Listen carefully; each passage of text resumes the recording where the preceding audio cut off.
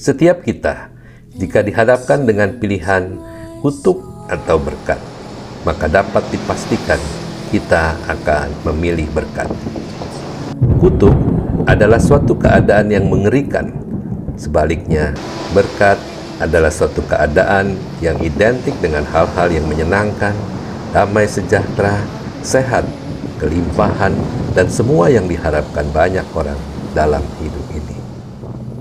Kutuk dan berkat tidak hanya menyangkut materi atau fisik semata, tetapi lebih jauh dari itu, merasuk ke dalam jiwa dan kerohanian kita.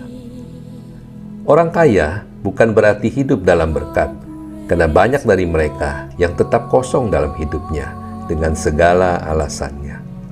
Sebaliknya, mereka yang miskin secara materi bukan berarti hidup dalam kutuk, karena banyak kita temui mereka yang secara materi berkekurangan, namun memiliki kualitas hidup yang jauh di atas mereka yang kaya.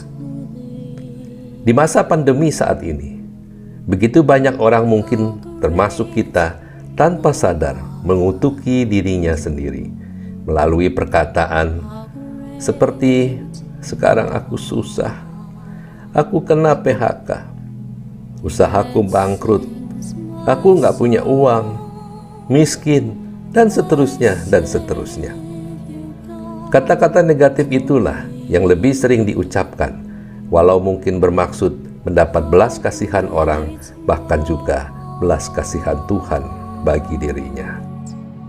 Firman Tuhan dalam Amsal 18 ayat 21 menuliskan, "Hidup dan mati dikuasai lidah. Siapa suka menggemakannya akan memakan buahnya." Hidup identik dengan berkat, sedangkan mati identik dengan kutuk.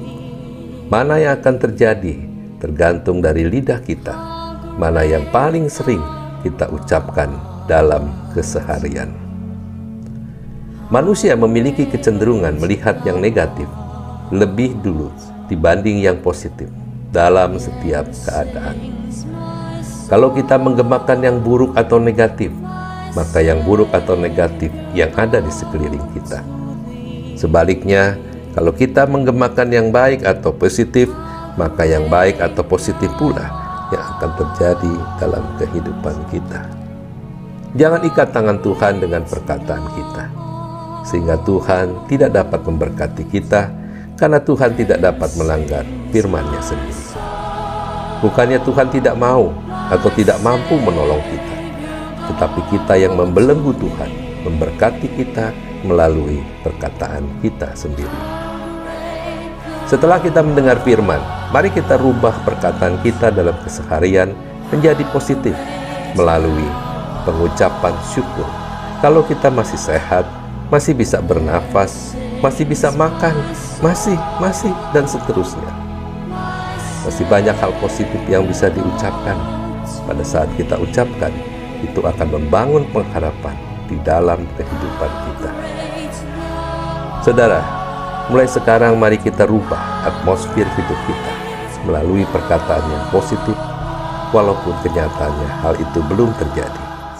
Katakan yang baik untuk kehidupan dan diri kita sebagai doa kita kepada Tuhan, dan nantikan dengan penuh pengharapan, maka hal yang baik itu akan terjadi dalam kehidupan kita. Amin.